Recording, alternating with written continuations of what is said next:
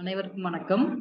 இன்னைக்கு நம்ம பார்க்க போறது e-waste management rules. போன வீடியோட continuity.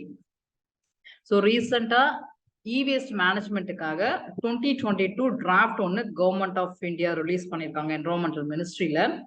as we already seen in previous class, அந்த டிராஃப்ட்ல பாத்தீங்கன்னா எந்தெந்த குட்ஸ் கவர் ஆகுது, எது கவர் ஆகல, டார்கெட் என்ன, சர்டிபிகேஷன் ஆஃப் ப்ரொடியூசர், ஸோ அந்த மாதிரி இருக்குது. First one, as per draft electronic goods covered. நீங்க பாத்தீங்கன்னா wide range of electronic goods including laptop, mobile phone, இந்த மாதிரி வந்து மியூசிக் சிஸ்டம், மைக்ரோவேவ், ரெஃப்ரிஜரேட்டர்னு மெஜாரிட்டி ஆஃப் த குட்ஸ் வந்து இந்த நோட்டிபிகேஷன் இந்த டிராஃப்ட்ல கவர் ஆகுது. So above mention goods have been specified in the notification. இதுல பாத்தீங்கன்னா உங்களுக்கு வந்து batteries, some kind of biomedical equipment, சில பிளாஸ்டிக்லாம் ஆக்சுவலி கவர் ஆகல. அது ஒரு பெரிய ஃப்ளா ஆஃப் தி டிராஃப்டா இருக்கு. அதை நம்ம லேட்டரா பார்க்கலாம். பிலிம்ஸ் பாயிண்ட் ஆஃப் வியூல தே மைட் ஆஸ்க் எது எது கவர் ஆகலன்னு கேட்கலாம். So please see this one. Then e-waste collection target as per the draft பாத்தீங்கன்னா by 2023ல, ஏன்னா இந்த ஆக்ட் வந்து இம்ப்ளிமெண்ட் ஆக போகுது April 1, 2023ல இம்ப்ளிமெண்டேஷன் ஸ்டேஜுக்கு வரப்போகுது. இந்த ஃபினான்ஷியல் இயர்ல by 2023 60% ஆஃப் எலக்ட்ரானிக் வேஸ்ட் வந்து ப்ரொடியூசர் வந்து கலெக்ட் பண்ணி வைக்கணும். நெக்ஸ்ட் இயர் பாத்தீங்கன்னா 70%, அதுக்கப்புறம் பாத்தீங்கன்னா 80%ன்னு they have periodical target. So e-waste collection target, consumer goods companies and the makers of, that is producer of e-goods, should have ensured at least 60% of their electronic waste is to be collected and recycled by 2023. This might increase to 70% by 2024, 80% by 2025.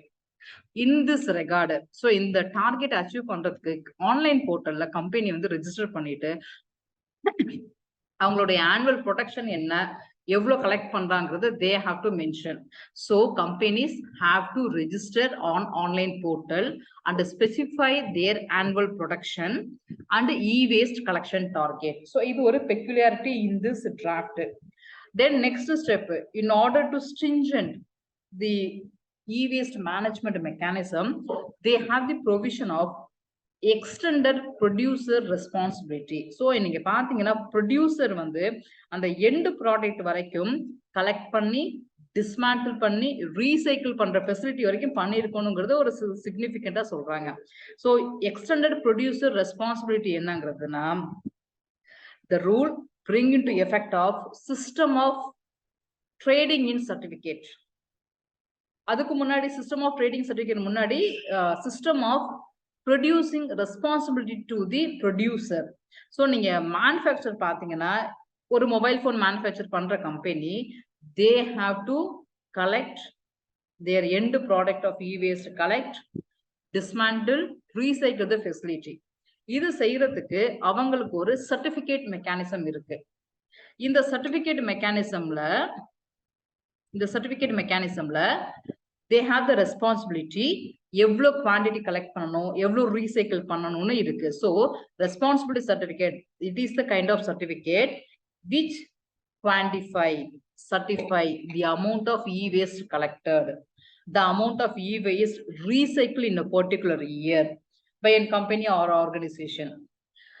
It's a thing. So extended responsibilityங்கிறது என்னன்னா, producer வந்து அவங்களுடைய annual ப்ரொடக்ஷனை வந்து first online போர்ட்டல்ல register பண்ணிடணும். In addition to that they have to inform எவ்வளவு அவங்க ப்ரொடக்ஷன்ல எவ்வளோ அவங்க கலெக்ட் பண்ணி, டிஸ்மேண்டில் பண்ணி, ரீசைக்கிள் பண்ண போறாங்கிறதே சொல்லணும். இது ஒரு விஷயம். இன்னொரு ப்ரொவிஷன் என்னன்னா, அந்த இபிஆர் சர்டிபிகேட்லயே என்ன பண்ணிருக்காங்க, இது என்ன மெக்கானிசத்தில் இருக்குன்னா ட்ரேடிங் ஆப்ஷன் இருக்கு. உதாரணத்துக்கு கார்பன் கிரெடிட்னு நம்ம என்விரான்மெண்டல்ல படிச்சிருக்கோம். அதாவது கார்பன் ஃபுட் பிரிண்ட்டை மீட் அவுட் பண்றதுக்காக கார்பன் கிரெடிட் மெக்கானிசம்னு ஒண்ணு இருக்கும். நீங்க உதாரணத்துக்கு பாத்தீங்கன்னா டெவலப்டு நேஷன் CO2 எமிஷனை கம்மி பண்றதுக்கு they have to make lot of things, but due to the some circumstance அந்த ஆஸ்பிரேஷன் அவங்களால அட்டைன் பண்ண முடியாததுனால அந்த ரெஸ்பான்சிபிலிட்டியை டெவலப்பிங் நேஷன்ட்ட கொடுத்துருவாங்க. உதாரணத்துக்கு அஃபாரஸ்டேஷன். நீங்க வந்து ஒரு டெவலப்ட் அமெரிக்கா மாதிரி ஒரு டெவலப்ட் நாட்டுல வந்து நீங்க நிறைய அஃபாரஸ்டேஷன் பண்ணி மரம் வளர்க்கறத காட்டிலும் ஒரு டெவலப்பிங் கண்ட்ரி, அண்டர் டெவலப்டு கண்ட்ரில நிறைய லேண்ட் இருக்கும், நிறைய அவங்க அஃபாரஸ்டேஷன் பண்ணுவாங்க. அட் த எண்ட் இந்த அஃபாரஸ்டேஷன் குளோபல் லெவல்ல CO2 எமிஷனை குறைக்கும். ஸோ டெவலப்டு நேஷனுடைய ரோலை டெவலப்பிங் நேஷன் செய்யறாங்க in the exchange of financial credit exchange. So அவங்க இவ்வளோ கிரெடிட் கொடுக்குறாங்க இல்லைங்களா. இதே மாதிரி ட்ரேடிங் இன் சர்டிபிகேட் இந்த ப்ரொடியூசரோட ரெஸ்பான்சிபிலிட்டி. உதாரணத்துக்கு ஒரு மொபைல் கம்பெனி, அவங்க வருஷத்துக்கு 1 டன் வேஸ்ட ப்ரொடியூஸ் பண்ணியிருக்காங்க. ஆஸ் பர் ஆக்ட் படி தே have to collect, dismantle, recycle. But அவங்க டார்கெட்டை அட்டைன் பண்ண முடியல. இதுல வந்து பினாலிட்டி ப்ரொவிஷன் இருக்கு. ஒன்ஸ் டார்கெட் அட்டைன் பண்ணலன்னா they are subject to the penal. But அதை அவாய்ட் பண்றதுக்கு தே கேன் ட்ரேட் ஆஃப். அந்த இவங்களோட ரெஸ்பான்சிபிலிட்டியை இன்னொருத்தவங்கள்ட்ட கொடுத்துக்கிட்டு, that is they can trade thing அந்த எக்ஸ்சேஞ்ச் பண்ணிக்கலாம். That is it allow company to temporarily bridge their shortfall. So இந்த ஒரு ப்ரொவிஷன் இருக்கு. So the rule enable a system of trading in certificate like carbon credit that allow company to temporarily bridge shortfall. That is nothing but an organization may sell surplus quantity to another company to meet its obligation. உதாரணத்துக்கு ஒரு ton waste இருக்கு, அவங்களால 50,000 half ton waste தான் அவங்களால cycle பண்ண முடியுது. பாக்கி half ton இன்னொரு கம்பெனிட்டு கொடுத்துட்டு அந்த company concern delegated company can do this one in the exchange of credit.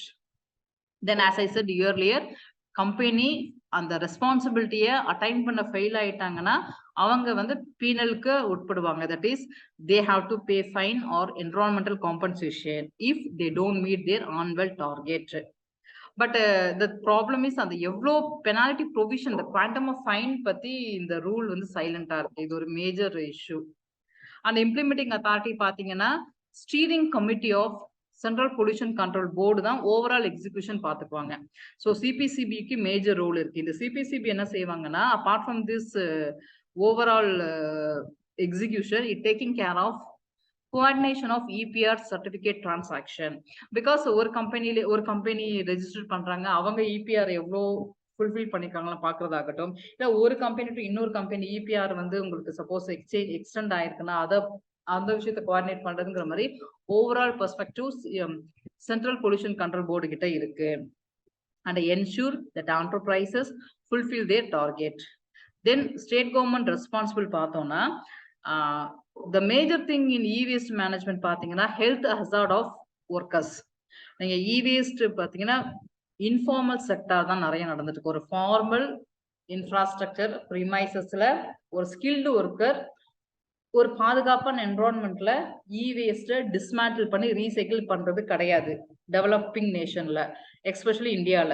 அது just dominant by informal sector. ஒரு ஜஸ்ட் லைக் தட், நீங்க ஒரு இரும்பு வந்து லைக் நம்ம வேஸ்டான இரும்பை வந்து நம்ம எப்படி ஒரு மெட்டலை ரீசைக்கிள் பண்றோமோ அதே மாதிரி தான் பண்றாங்க. ஸோ ஹெல்த் ஹசார்டுங்கிறது ஒரு மேஜர் இஷ்யூ. முக்கியமா பார்த்து போனா ஒரு ஈவன் தோ ஒரு பிலிம்ஸ்ல கேட்ட கொஸ்டின் தான், நீங்க வேஸ்ட் ரீசைக்கிள் பண்ணும் போதோ இல்ல to the worst case dismantle பண்ணும் போது கூட ரேடியேஷன் எமிட்டிங் மெட்டல்ஸ் அல்லது ரேடியேஷனே வந்து அந்த ஒர்க்கர்ஸ் மேல தாக்கும். So it is the worst thing in the management, e-waste management. So the responsibility of state government என்ன செய்யணும்னா, first thing வந்து government has to establish step to protect the health and safety workers working in e-waste dismantling and recycling facility. And also it should create industrial space for this kind of e-waste management. ஏன்னா e-waste managementக்கு ஒரு பக்கா infrastructure வேணும், ஒரு year marking spaces தேவைப்படுது. இப்ப informal செக்டர்ல என்ன செய்யறாங்க, just ஒரு இடத்துல e-waste டம்ப் பண்ணிட்டு ஜஸ்ட் லைக் தட் அதை டிஸ்மேண்டில் பண்றதுனால நிறைய ஹசார்டஸ் சப்ஸ்டன்ஸ் எமிட் ஆகுது, அதை சுவாசிக்கிறாங்க. அதை நாட் ஓன்லி இண்டிவிஜுவல் அஃபெக்ட் பண்றது மட்டும் இல்ல, அது என்விரான்மெண்ட்லயும் பாதிக்குது.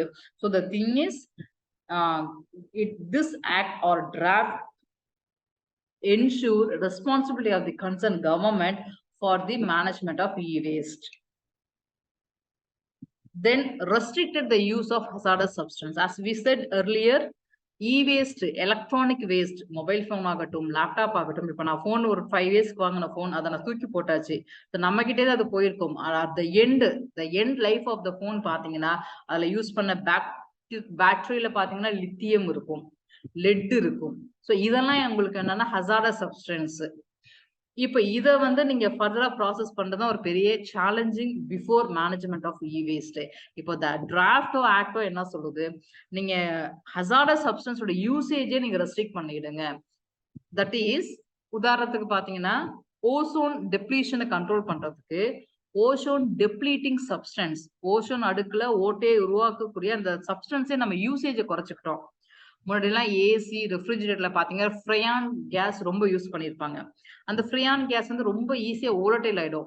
அதாவது கேஸ் வந்து டக்குன்னு ஆவியாகி அட்மாஸ்பியருக்கு போயிடும்.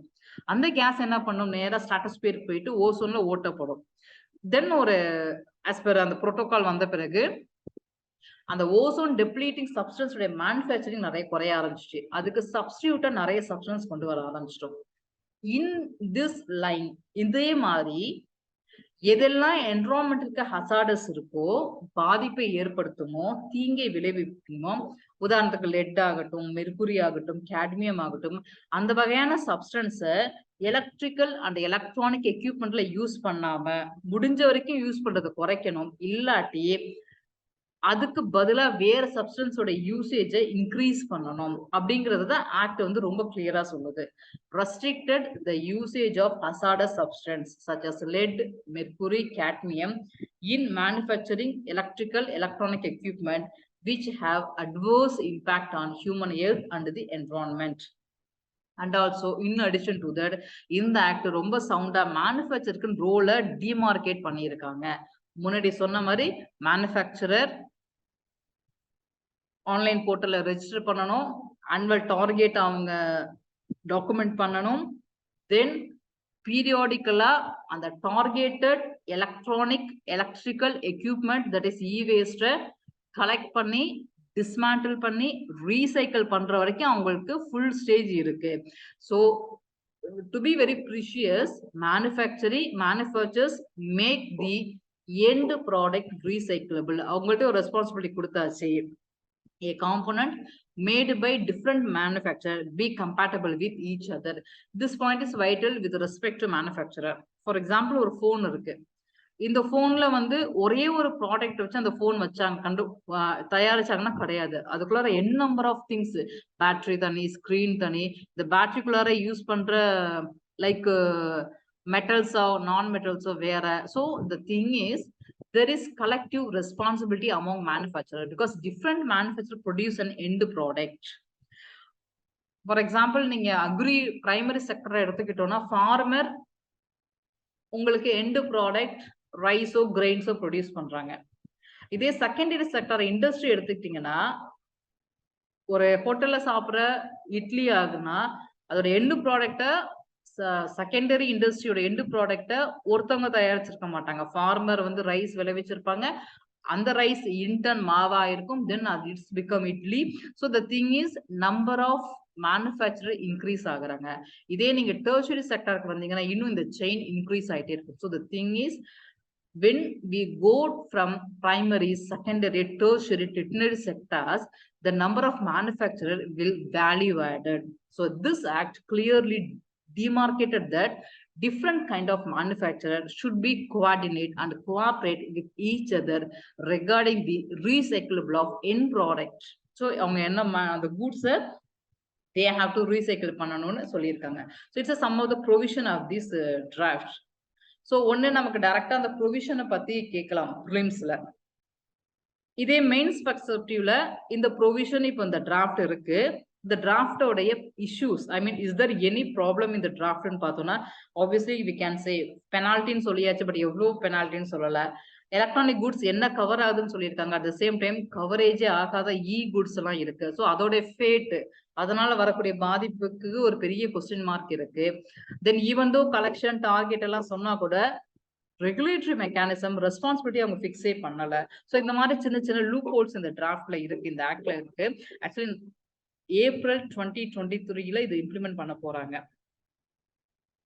So the defect or concern problem அப்படி இந்த ஆக்ட்ல என்ன இருக்கு, ஜென்ரலா இ வேஸ்ட்டை பொறுத்த வரைக்கும் நமக்கு என்ன knowledge. For example, India as a developing nation, what is our knowledge, what is our experience, our wisdom regarding this e-waste management, என்ன issue அதுல இருக்கு, how do we overcome this kind of challenges, next ஒரு broader perspective we can see. So come to the point, concern in the effective implementation of e-waste management act இருக்கலாம். So first thing வந்து the proposed market for e-waste recycling appear unrealistic because the first thing என்னன்னா, recycling of e-waste in India இன்னைக்கும் வந்து nuance ஒரு infant stageல தான் இருக்கு. உங்களுக்கு நமக்கே தெரியும், information act, information IT act 2000 வருது. 1991ல நம்ம எல்பிஜி குளோபலைசேஷன் வரும். So that is we open the flood கேட்லாம் ஒரு ஸ்டேஜுக்கு அப்புறம் தான், ஒரு 2 டிகேட்ஸ் ஒரு 3 டிகேட்ஸ்க்கு முன்னாடி மட்டும்தான் when compared to developed nation. இன்னும் ரொம்ப சிம்பிளா சொல்ல போனோம்னா, ஒரு 30 இயர்ஸ்க்கு முன்னாடி உள்ள ஹாலிவுட் மூவி, இதே 30 இயர்ஸ்க்கு முன்னாடி இந்தியன் மூவில பார்த்தோம்னா நிறைய கேட்ஜெட் எங்க இருக்கும்னா டெவலப்டு நேஷன் அவங்க நிறைய யூஸ் பண்ணியிருக்காங்க. அப்ப என்ன மீனிங், அவங்க already they are habituated, customized for the usage of electronic and electrical equipment. In turn, they had more experience in the management. So நம்ம பார்க்கும்போது இப்பதான் நம்ம 91க்கு அப்புறம் 2000க்கு அப்புறம் இப்ப 2020 10 இதுக்கு அப்புறம் தான் கொஞ்சம் கொஞ்சமா நமக்கே வருது. இன்னும் சிம்பிளி ஸ்பீக்கிங், நம்ம ஜென்ரேஷன்ல இப்ப கையில போன் எல்லாரும் வச்சிருக்கோம். இதே அப்பா ஜென்ரேஷன்ல இருந்துச்சானா இல்ல. இதே நீங்க அதே ஸ்டேஜ்ல when compared to developed nation they had this one. So the knowledge or experience or wisdom, that is the recycling of e-waste in India still in infant stage. So in the infant stageல வந்து e-waste ரீசைக்கிள்ங்கிறதே ஒரு unrealistic aspiration தான். ஏன்னா e-wasteங்கிறது ஒரு அது stages பாத்தீங்கன்னா, collect பண்ணணும் கரெக்டா, first collect பண்ணதை ஒரு இடத்துல டிஸ்மேண்டில் பண்ணணும், அதாவது கலெக்ட் பண்ணி அதை உடைக்கணும், டிஸ்மேண்டில் பண்ணணும், அதுக்கப்புறம் அதை ப்ராசஸ் பண்ணணும், இதுல எது ரீசைக்கிள் ஆகுதோ அதை ரீசைக்கிள் பண்ணணும். பட் அந்த அளவுக்கு நம்ம கிட்ட வந்து இன்ஃப்ராஸ்ட்ரக்சரோ, ப்ரிமைஸோ, இயர்மார்க்டு ஸ்பேஸோ, அதர்வைஸ் டெக்னாலஜியோ, மேன் பவரோ அப்படின்னு பாத்தீங்கன்னா நிறைய விஷயங்கள் எதுவுமே பெருசா கிடையாது. ஸோ இப்படி இருக்கும்போது கலெக்ஷனே நமக்கு ஒரு பெரிய சேலஞ்சிங்கான ஒரு விஷயம். இவ்வளோ பாப்புலேஷன் உள்ள பாப்புலேஷன், செகண்ட் வேர்ல்டு நம்ம இருக்கோம். அப்ப எவ்வளோ இ-வேஸ்ட் யூசேஜ் இருக்கும், எவ்வளோ பேர் எவ்வளோ அதை கலெக்ட் பண்றதே ஒரு பெரிய பிரச்சனை நமக்கு. அதை அப்புறம் டிஸ்மேண்டில் பண்ணணும், டிஸ்மேண்டில் பண்ணது ரீசைக்கிள் பண்ணணுங்கிறது ஒரு அன்ரியலிஸ்டிக்கான ஒரு விஷயம் ப்ரொவைடட் நம்மளுடைய நாட்டில். தென் இதுல ஒரு பெரிய விஷயம் பாத்தீங்கன்னா, majority of the recycling of valuable material is carried out within the informal sector. As I said earlier, நமக்கு இன்னும் formal mechanism, infrastructure, manpower, technology, efficiency அப்படின்னு ஒரு பெரிய ஸ்ட்ரக்சர்லாம் நம்ம போல. ஜஸ்ட் லைக் தட் டம்ப் பண்ணுவாங்க, ஜஸ்ட் லைக் தட் உடைப்பாங்க, ஜஸ்ட் லைக் தட் அதை வந்து இந்த நேம் ஆஃப் ரீசைக்கிளிங் ஏதோ செய்யறாங்க ப்ராபப்ளி. ஸோ ஒரு இன்எஃபிஷியன்ட், அன்சேஃப்ட் டெக்னாலஜி தான் நம்ம யூஸ் பண்ணிட்டு இருக்கோம். அப்படி இருக்கும்போது இந்த 2023ல 60% இ-வேஸ்ட கலெக்ட் பண்ணி ரீசைக்கிள் பண்ணணுங்கிறது வந்து very very too optimist. So இது ஒரு பெரிய loophole or setback in this act. And if the regulatory target were to create a vibrant market for recycling, but draft silence on registered collector, dismantler, producer, responsibility organization and all. So ரொம்ப unrealistic என்ன சொல்லியாச்சு, 2023ல 60% நாங்க recycle பண்ணிடுவோம், 24ல 70%, 2025ல 80%. ஸோ ரீசைக்கிள்ங்கிறது எண்டு. இதோட ப்ராசஸிங் வேல்யூ ஆர்டர் பாத்தீங்கன்னா, கலெக்ட் பண்ணணும், டிஸ்மேண்டில் பண்ணணும். இந்த கலெக்ஷன் டிஸ்மேண்டில் பண்றதுக்கு we have to earmarked concern organization, man power and all, that is producer responsibility organization. So இதை பத்தி எல்லாம் ஒரு டிராஃப்ட் வந்து ரொம்ப பெருசா டெலிபரேட்டா சொல்லல. Even though producer responsibility, producer extended ரெஸ்பான்சிபிலிட்டின்னு சொல்றாங்க, ஆனா அதுக்குன்னு ஒரு ஆர்கனைசேஷன் இருக்கு, அவங்க அதை கோஆர்டினேட் பண்ணுவாங்க அப்படிலாம் எதுவும் சொல்லல. So the thing is recycling கொடுக்குற இம்பார்ட்டன்ஸ், அதோடைய எண்டுக்கு கொடுக்குற இம்பார்ட்டன்ஸ், வேஸ் அண்ட் மீன்ஸ் இருக்கு இல்லைங்களா, கலெக்ஷன் டிஸ்மேண்ட்லிங், இதுக்கெல்லாம் வந்து so there is inadequate regulation, enforcement and penal laws. So நம்ம முன்னாடி பார்த்த மாதிரி சென்ட்ரல் பொல்யூஷன் கண்ட்ரோல் போர்டு வந்து ரெகுலேட் பண்றாங்க, ஸ்டேட் கவர்மெண்ட்டுக்கு ஒரு சில ரெஸ்பான்சிபிலிட்டி கொடுத்துருக்காங்க. But pure regulatory mechanism, enforcement agency, இதை பத்தி ஒரு கிளாரிட்டியும் இல்லை, ஒரு பெரிய ஒரு ஃபுல் சிங்ல யாரும் இல்லை. To the worsen penalty provision கொடுத்தாச்சு, எவ்வளோ பெனால்டி, யாருக்கு, அந்த எதுவுமே கிளியரா இல்லை. Then to be very surprise, இ-வேஸ்டுக்குரிய இன்ஃப்ராஸ்ட்ரக்சர் நம்மகிட்ட பெருசா கிடையாது. Poor infrastructure for e-waste management. And very pathetic என்னன்னா lack of awareness among various stakeholders. So e-waste மேனேஜ்மெண்ட்ங்கிறது வந்து இன்க்ளூடிங் எண்ட் யூசருக்கு கூட அது தெரிஞ்சிருக்கணும். That is very important. For example, நான் மொபைல் ஃபோன் யூஸ் பண்றேன், I am a end user. I am supposed to have the knowledge or education about in the electronic goods after the usage, இது எப்படி வேஸ்டா மாறும், இதுல இருந்து என்ன radiation வருங்கிறத ஒரு சின்ன ஒரு விஷயங்கள் எண்ட் யூசருக்கு நம்ம தெரியணும். இது இல்லாம இதோடைய எல்லா ஸ்டேக் ஹோல்டர்ஸ் ப்ரொடியூஸ் பண்றதுல இருந்து, ஏன்னா கண்டிப்பா ஒரு சிங்கிள் ப்ரொடியூசரா இருக்க போறது இல்ல, மல்டிபிள் மேனுஃபேக்சரர்ஸ் இருப்பாங்க.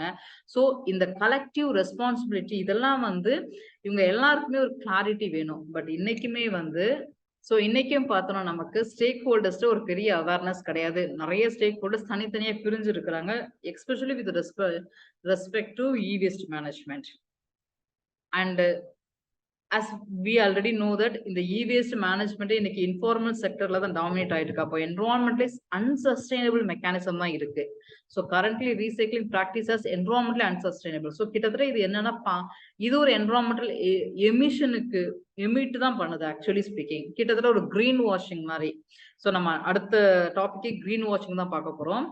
So in the name of recycling practice, we are already further worsen our environment.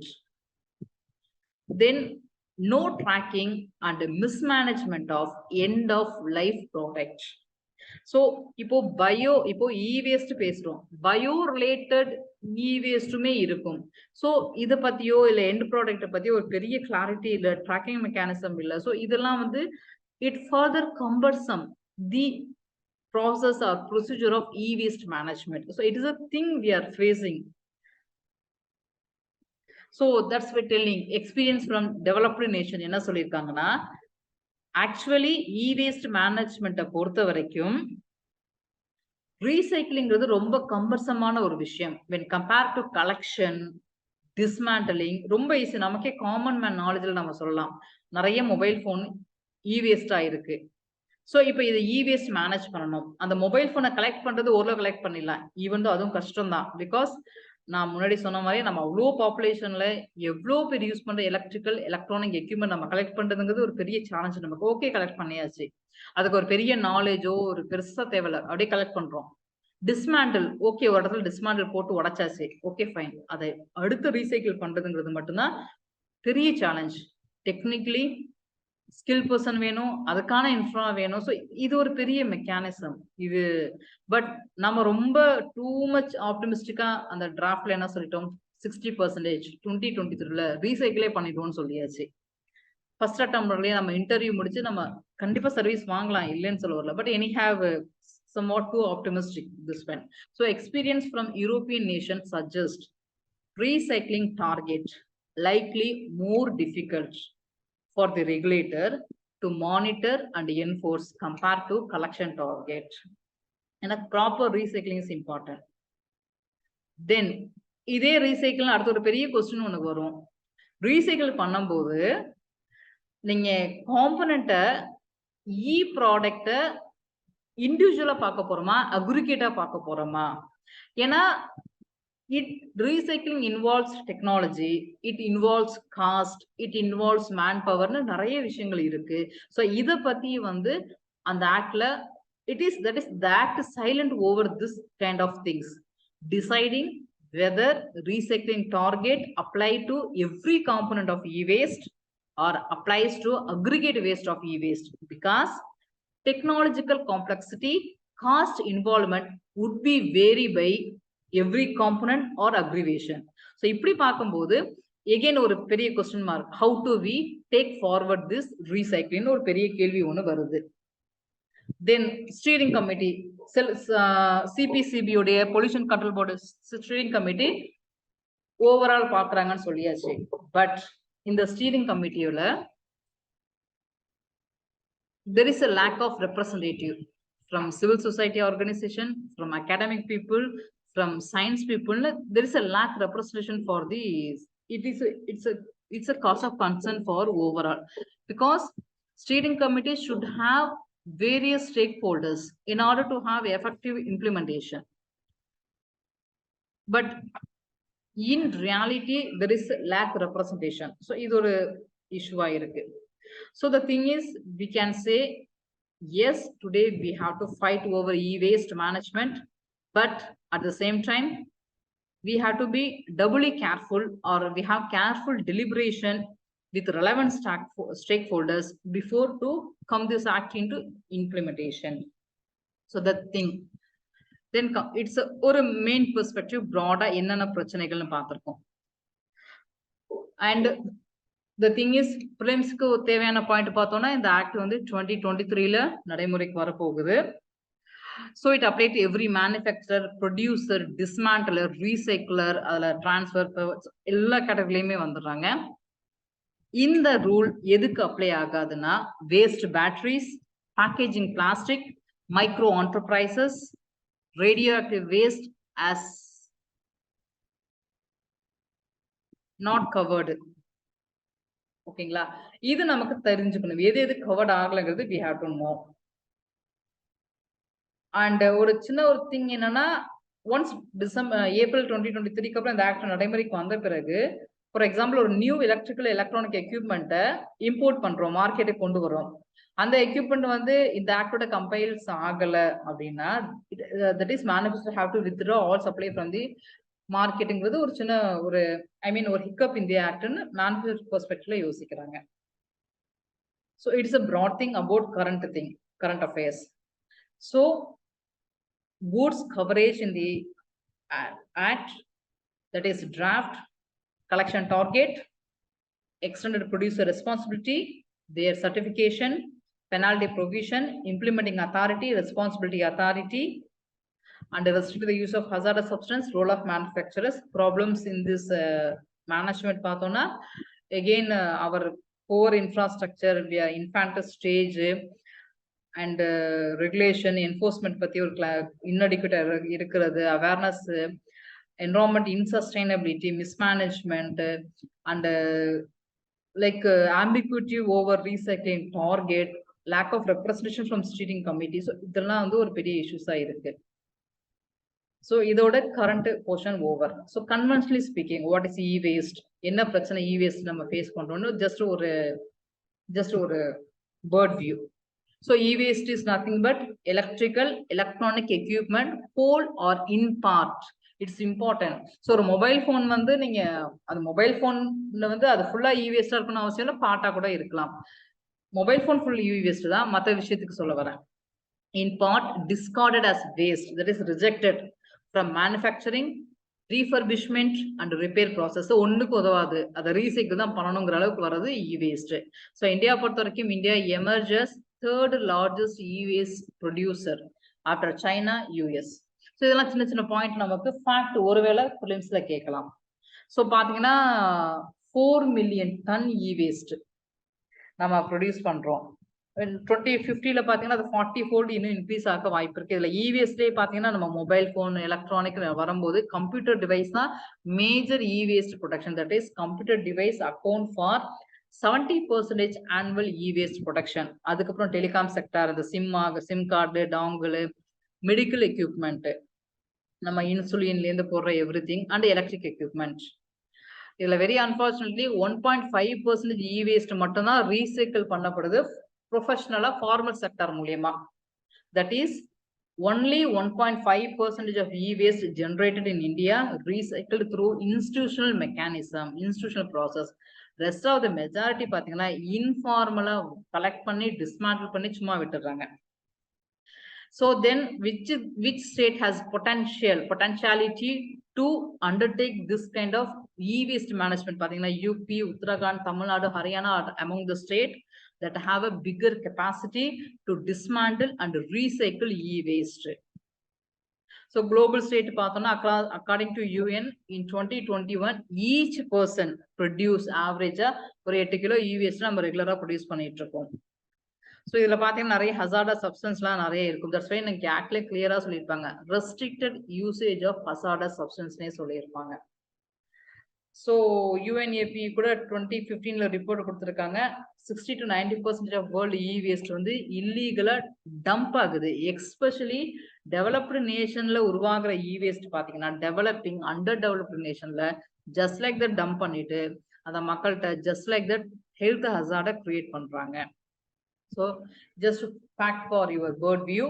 Then some ஒரு general point பார்த்தோம்னா முன்னாடி பார்த்ததான் டிராஃப்ட்ல உள்ளதை பார்த்தோம். இப்போ வந்து காமனா பார்க்குறோம் issues of e waste in India. ஏன் வந்து நம்ம இன்னும் 1.5% இ வேஸ்ட் தான் ஜென்ரேட் பண்ற இ வேஸ்ட் ரீசைக்கிள் பண்றோம். மெஜாரிட்டி பாத்தீங்கன்னா இன்னும் 98.5 வரைக்கும் நம்ம ஏன் பண்றது இல்லை, என்ன பிரச்சனை?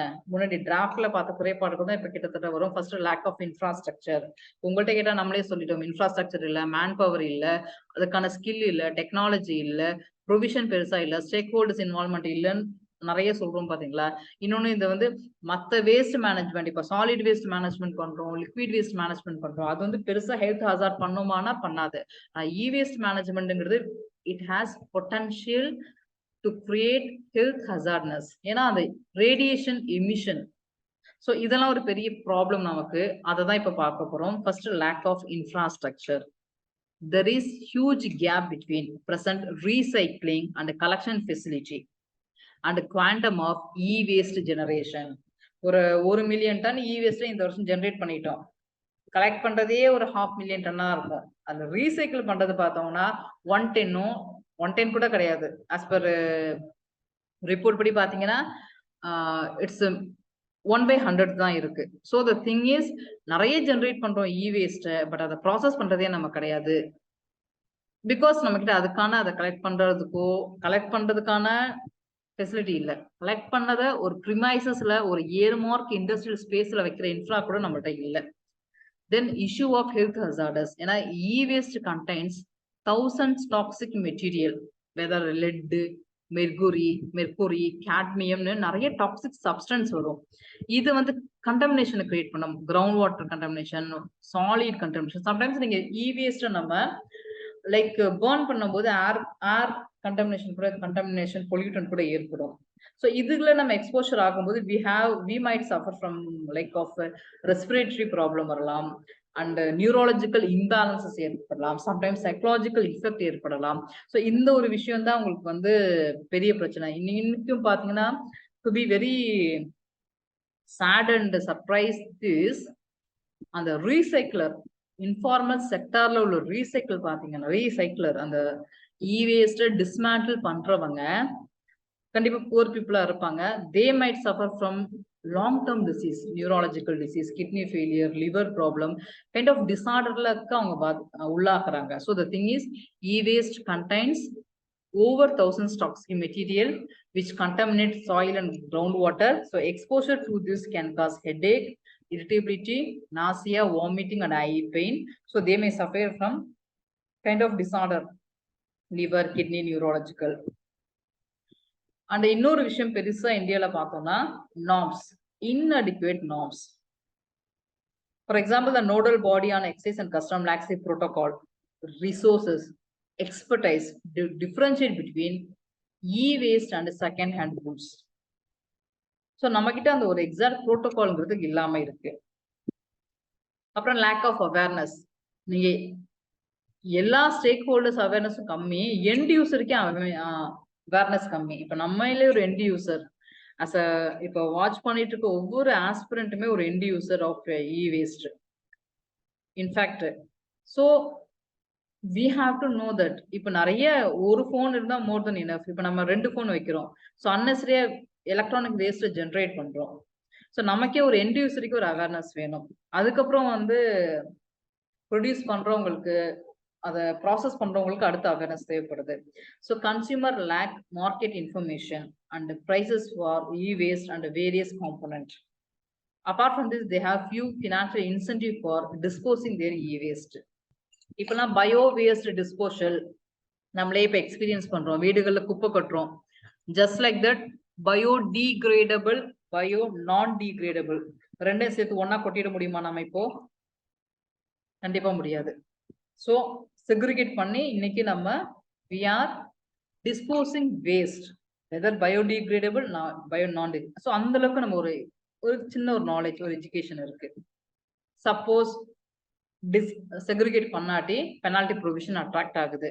இல்ல கரெக்டா பண்ணா financial incentive for not for end user. இப்போ நம்ம டிஸ்போஸ் பண்ண நமக்கு வர போறது இல்லை. It kind of financial appreciations manufacture லெவல்ல அவங்களுக்கு ஏதாவது வரலாம். நான் சொல்றது பயோ டீக்ரேடபிள்காக சொல்ல வரல, பொதுவா இ வேஸ்ட் மேனேஜ்மெண்ட்டுக்காக சொல்ல வரேன். ஸோ இங்க நம்மளை பொறுத்த வரைக்கும் ஃபர்ஸ்ட் திங் அவேர்னஸ் இல்லை. இப்போ மேனுஃபேக்சருக்கு ரெஸ்பான்சிபிலிட்டி ஃபிக்ஸ் பண்ணியாச்சு. அவங்க கலெக்ட் பண்றாங்க, டிஸ்மேண்டில் பண்றாங்க, ரீசைக்கிள் பண்றாங்க. இந்த ப்ராசஸ் தொடர்பான ஒருவேளை ஃபினான்ஷியல் இன்சென்டிவ்ஸ் அதை ப்ராப்பரா ரெஸ்பான்சிபிளா டிஸ்போஸ் பண்றதுக்கான ப்ரொவிஷன் எல்லாம் நம்ம கிட்ட இல்லை. Why we emphasis this financial incentive? நீங்க டெவலப்டு நேஷன்ல இந்த மாதிரி டோக்கன் ஆஃப் அப்ரிசியேஷன்லாம் இருக்கு. And effect of environment. நீங்க பயோ வேஸ்ட் சாரி இ வேஸ்ட்ங்கிறது வந்து நமக்கு கிட்டத்தட்ட ஒரு பொட்டன்ஷியல் திங். ஏன்னா நீங்க ஏர் பொல்யூஷன், வாட்டர் பொல்யூஷன்ங்கிற மாதிரி எல்லா இக்காலஜி பெர்ஸ்பெக்டிவ்லயுமே நீங்க ஏர் ஆகட்டும், வாட்டர் ஆகட்டும், சாயில் ஆகட்டும், எல்லாமே பாத்தீங்கன்னா இந்த இ வேஸ்ட்னால பொல்யூட் ஆயிடுது. So it has major effect on environment. So it has dear cost. ரொம்ப அதிகமான விலையை நம்ம கொடுக்க வேண்டியதா இருக்கு. இ வேஸ்ட்டை நம்ம ஜஸ்ட் லைக் தட் நம்ம சைக்கிள் ஐ மீன் சரியா நம்ம வந்து ரீசைக்ளிங் பண்ணாட்டி என்விரான்மெண்டோட காஸ்ட் ரொம்ப ஜாஸ்தி. அதுக்கு நம்ம கொடுக்கக்கூடிய விலைகள், அந்த காஸ்ட்ங்கிறது ஃபார் எக்ஸாம்பிள் கிளைமேட் சேஞ்சா இருக்கலாம், குளோபல் வார்மிங்கா மாறலாம், இல்ல டு த ஒஸ்ட் கேஸ் எகெயின் ஓஷன்ல டிப்ளீஷன் ஏற்படுத்தலாம். ஸோ இந்த மாதிரியான விஷயங்கள் இது ஏற்படுத்தும். So e waste is an potential environmental hazard. ஆக்சுவலா அது என்விரான்மெண்டல் டிசாஸ்டர் தான் சொல்லணும். ஏன்னா நம்ம வந்து இஷ்டத்துக்கு இ வேஸ்ட் ஜென்ரேட் பண்ணிட்டு இருக்கோம். அதை கரெக்டா ரீசைக்கிள் பண்றது கிடையாது, டம்ப் பண்ணிடுறோம். அது இன்டர்ன் வந்து என்விரான்மெண்டல்ல ஒரு பெரிய டிசாஸ்டர் ஏற்படுத்திட்டு இருக்கு. So for example it may cause ground water contamination, acidification of soil. ஏன்னா நீங்க இ வேஸ்ட்ல ஜஸ்ட் லைக் தட் நீங்க வந்து மண்ணுக்குள்ளே போட்டு புதைச்சிருங்கன்னு வைக்கலாம்.